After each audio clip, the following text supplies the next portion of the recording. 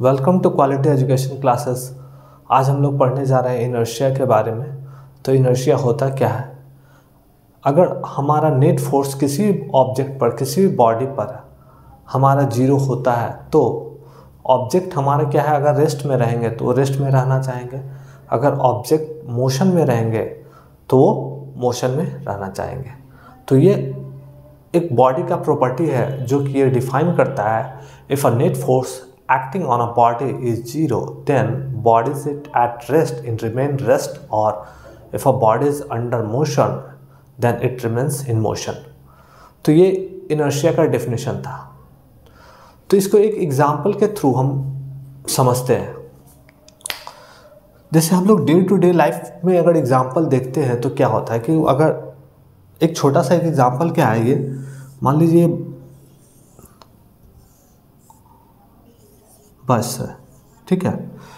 अगर बस हमारा इस डायरेक्शन में मूव कर रहा है,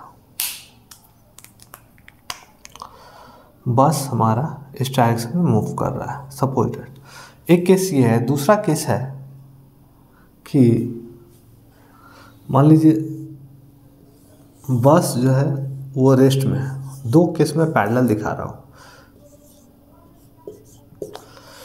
तो यहाँ पर रेस्ट में है और यहाँ पर मोशन में। तो होगा क्या कि अगर पहले इसकी बात करूँगा मैं, अगर ऑब्जेक्ट हमारा रेस्ट में है, पूरा बस रेस्ट में है, इंसान जो उसमें खड़ा है वो भी रेस्ट में है, सडन बस क्या होता है, अगर स्टार्ट होता है तो क्या होगा? तो बस के सडन स्टार्ट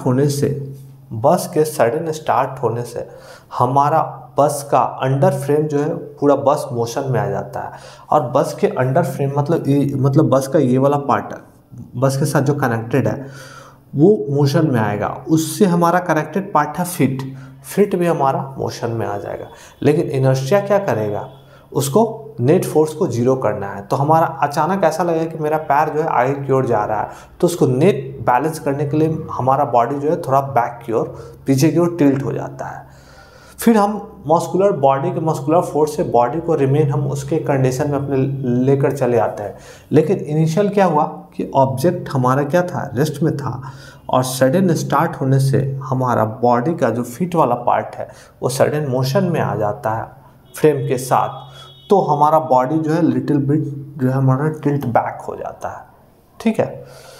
उसको काउंटर बैलेंस करने के लिए रेसिस्टेंस टू चेंज, मतलब बेचारा पहले रेस्ट में था तो वो रेस्ट को सेम चीज़ मेंटेन करने के लिए हमारा बॉडी जो है पीछे की ओर बैक हो जाता है, ठीक है। यहाँ पर सेकंड, यहाँ पर अगर ये मोशन में है, पहले अगर ये मोशन में है तो हमारा पूरा बॉडी जो है वो मोशन में है, हमारा पूरा बॉडी जो है वो बस के साथ अटैच है, तो पूरा सिस्टम के साथ हमारा बॉडी भी इन द मोशन है। सडन अगर ये मोशन से अगर ये स्टॉप करता है या ब्रेक लगाते हैं, धीरे धीरे ब्रेक लगा, तो हमारा क्या होता है कि हमारा फीट वाला पार्ट जो था ये मोशन में था, हमारा पूरा बॉडी मोशन में था फ्रेम के साथ। तो जैसे ही हम लोग को ब्रेक लगता है तो ये वाला पार्ट जो है फ्रेम पार्ट रेस्ट में आ जाता है। और फ्रेम पार्ट जैसे रेस्ट में आता है उससे अटैच फीट वाला पार्ट जो है वो रेस्ट में आ जाता है। और फीट पार्ट जैसे रेस्ट में आता है तो, लेकिन इनर्शिया क्या बोलता है, इनर्शिया अगर बॉडी अगर मोशन में है तो रिमेन्स इन मोशन में रहना चाहेंगे। तो ये क्या करेगा कि हमारा जो upper part of the body है, जैसे बस का जिस डायरेक्शन में मोशन रहेगा सेम उसी डायरेक्शन में हमारा बॉडी क्या करेगा, टिल्ट कर जाएगा। हमारा बॉडी क्या करेगा, टिल्ट कर जाएगा। फिर उसके बाद हमारा मस्कुलर फोर्स जो है, जिसके कारण फिर से बॉडी को हम लोग अपने ओरिजिनल पोजीशन पर लेकर चले आते हैं। लेकिन इनिशियल क्या हुआ, जैसे हमारा गाड़ी रेस्ट में आया, मोशन से स्टॉप कर दें तो ये वाला पार्ट हमारा स्टॉप हुआ, रेस्ट में आया, रेस्ट से बॉडी फ्रेम बस का रेस्ट में आया, उससे हमारा फीट कनेक्टेड था, फीट हमारा रेस्ट में आ गया। लेकिन हम लोग को इनर्शिया क्या बोलता है कि अगर बॉडी अगर मोशन में है तो रिमेन्स इन मोशन में रहना चाहेंगे, अगर बॉडी इन रेस्ट है तो वो रिमेन्स इन रेस्ट में रहना चाहता है। तो ये मोशन में रहने के कारण जैसा इनिशियल कंडीशन था उस सेम कंडीशन को मेंटेन करने के कारण हमारा बॉडी जो है आगे की ओर टिल्ट कर जाता है। ठीक है, ये दोनों एग्जाम्पल से हम लोग समझ सकते हैं कि इनर्शिया का क्या इम्पोर्टेंस है। तो इनर्शिया का एक हम लोग डे टू डे लाइफ में एग्जाम्पल और एक है कि अगर ब्लैंकेट में डस्ट पार्टिकल्स है तो डस्ट पार्टिकल्स अगर उसमें उस पोरस पार्ट में, ब्लैंकेट के पोरस पार्ट में डस्ट पार्टिकल अगर चले जाते हैं तो हम लोग क्या करते हैं, स्टिक के थ्रू हम लोग ब्लैंकेट को मोशन देते हैं। तो ब्लैंकेट को मोशन में देते हैं तो ब्लैंकेट तो मोशन में आ जाता है, लेकिन उसमें डस्ट पार्टिकल ब्लैंकेट में क्या थे, रेस्ट में थे, तो अचानक क्या करते हैं, वो फॉल कर जाते हैं। तो वो इनर्शिया का वो भी एक एग्जाम्पल है कि हम लोग उसका यूटिलाइज करके ब्लैंकेट से डस्ट को आउट करते हैं। एक और है,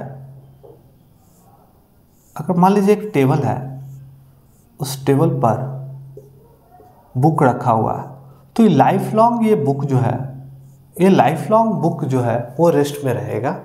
क्योंकि अगर इफ हमारा, क्योंकि बुक पर लग रहा है क्या, ग्रेविटी फोर्स W G, मतलब ग्रेविटी फोर्स अर्थ के द्वारा, और इस टेबल के द्वारा इस बुक पर एक नॉर्मल रिएक्शन R एक्ट कर रहा है। तो अगर मेरा W हमारा R के बराबर हुआ, मतलब हमारा क्या हुआ कि नेट फोर्स इस पर क्या कर रहा है, एक्ट कर रहा है, वो हमारा अगर 0 हुआ तो हम लोग बोल सकते हैं F नेट अगर हमारा 0 हुआ, F नेट अगर 0 हुआ, F नेट 0 तभी होगा जब ये कंडीशन पर आएंगे। तो F नेट अगर हमारा 0 हुआ तो ये हमारा बुक जो है, बुक क्या करेगा, बुक हमारा क्या रहेगा, बुक रिमेन इन रेस्ट में रहेगा, इन रेस्ट। एक और एग्जांपल देखते हैं। बचपन में हम लोग ने कैरम बोर्ड खेला है और अभी भी खेलते ही हैं। तो